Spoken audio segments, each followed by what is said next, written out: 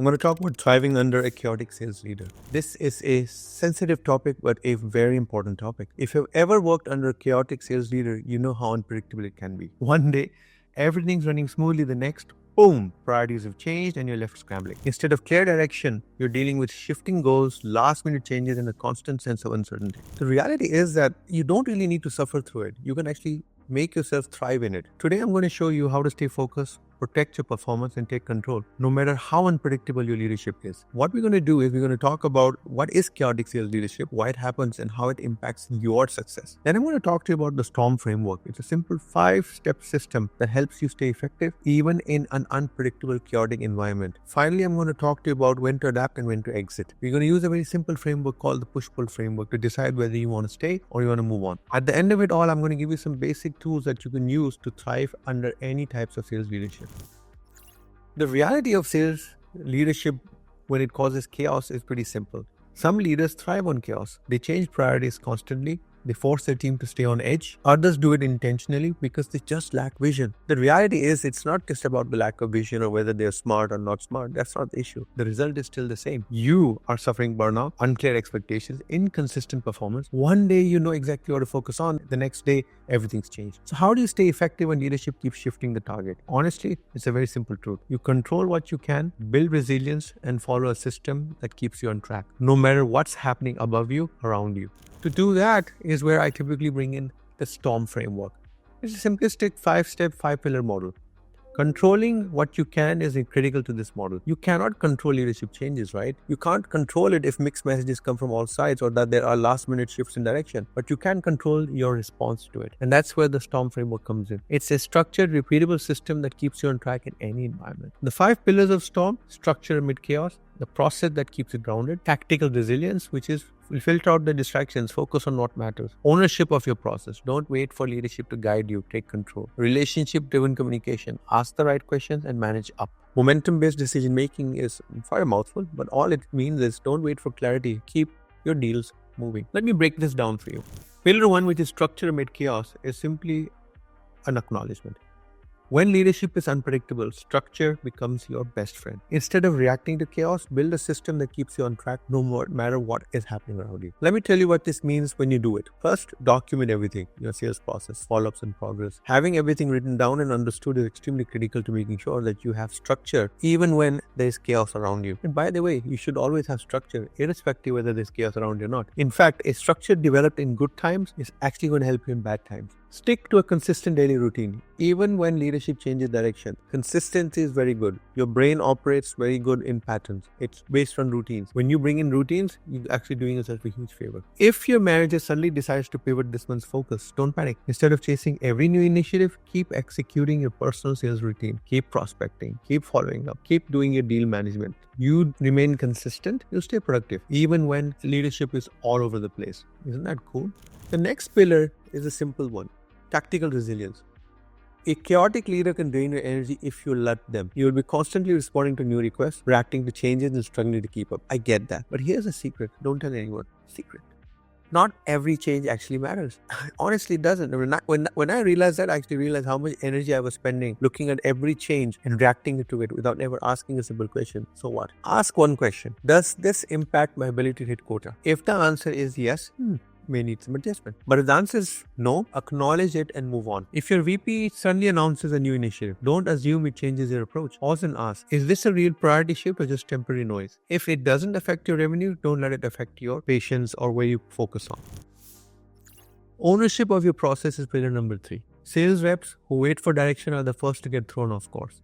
I assure you. Stability comes from being master of your hill. The best reps don't really wait for leadership to provide clarity. They take control of their own process. Instead of having this complete reliance on an ecosystem that they cannot control, they build their own mental ecosystem that they can control. Sticking to core selling principles where you are focused on relationship building, discovery, and value-based selling is absolutely critical at this time. In fact, double down on it. Filter out all distractions. Focus on deals that matter. If leadership is pushing a new product, don't let it derail you. Absolutely don't worry about that. Keep focusing on your active deals in pipeline while strategically listening and incorporating leadership requests. That's it. Play the game, but play it smartly. Pillar 4 is about relationship-driven communication. Chaotic leaders aren't always great communicators. They just aren't. That means if you're waiting for clear direction, you'll be waiting for a long time. A very long time. In fact, your battery might run out. Instead, take control of the conversation. And how do you take control of a conversation? Some basic things that you could put there. Ask direct questions. What are the 3 top priorities this quarter? Use data to push back. Here's why this change is hurting conversion rates. Trust me, when you bring in conversion rates and explain it in a data-driven manner, people will back off. People will start questioning, why is this change necessary if it's impacting current business? If leadership constantly shifts messaging, challenge it with facts. Facts will set you free. How does this change impact active deals? It's a constant question to keep asking. The last pillar is what I call momentum-based decision making. In chaos, hesitation is the enemy. If you wait for leadership to provide clarity, you will lose deals. How do you stay in motion is very simple. If leadership is not providing direction, keep selling what's working. Yep, you heard me. Test leadership's new ideas before fully pivoting. That's extremely important. If the leadership has, let's say, announced a new pricing model, don't change everything overnight. First, understand how do you understand it? How do you relate to it? And then test it. See how customers respond to it. If it's working, hey, double down. Great. If not, stick with what's driving results. I don't think anyone's going to fire you for giving results, even though the results may come from a process that may be the old one.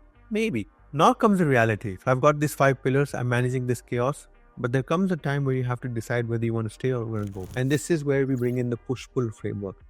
The push-pull framework is very simple. It acknowledges that chaotic leadership is not just a temporary challenge. It may be that it's become the culture of the company. If you are constantly dealing with stress, unclear expectations, and a lack of growth, ask yourself, is this a short-term challenge or a long-term problem? And this is where the push-pull framework comes in. The push-pull framework there's a couple of factors in it. Push factors are just the reasons to leave. Chronic stress, burnout, anxiety, unclear or constantly shifting expectations, lack of growth opportunities. And the most important for me at a very personal level is that toxic work culture will affect your mental health. It will. Pull factors are the reasons to stay. Strong pipeline, yep. Earning potential, yep. There is an opportunity for career advancement, okay. I do have a supportive team and I do have a mentor network that I leverage, and I do think that I'm building the right skills and the right industry connections. Now wait a minute, if that is happening, then you got something positive. This is an asset. Look at the push and the pull, and then where you see the push factors are outweighing the pull factors, where push is greater than pull, then it's time to start preparing for your exit. I'm not saying exit right now or exit tomorrow. All I'm saying is that you need to get yourself in a mental state of understanding that there is a need to move on,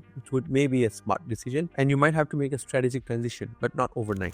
The way that I recommend you prepare for an exit is that do it strategically.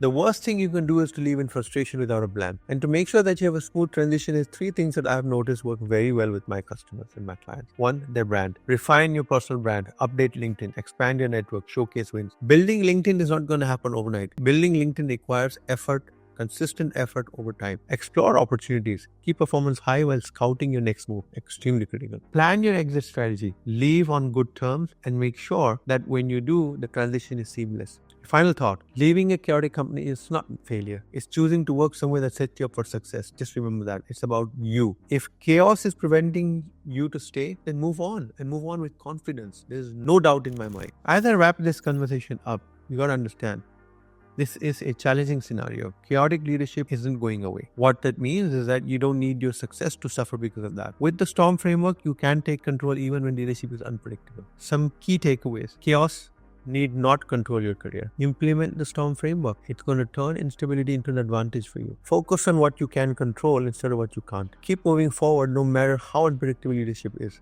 That's just life. My guidance is go back, review, see which of the pillars from STORM appeal the most, put something in play. Sales success is not going to be about waiting for leadership to stabilize, because we don't know when that's going to happen. It's about knowing how to win in any environment. And this environment may not be the conducive one, but hey, maybe it's designed to test your mettle. Good luck.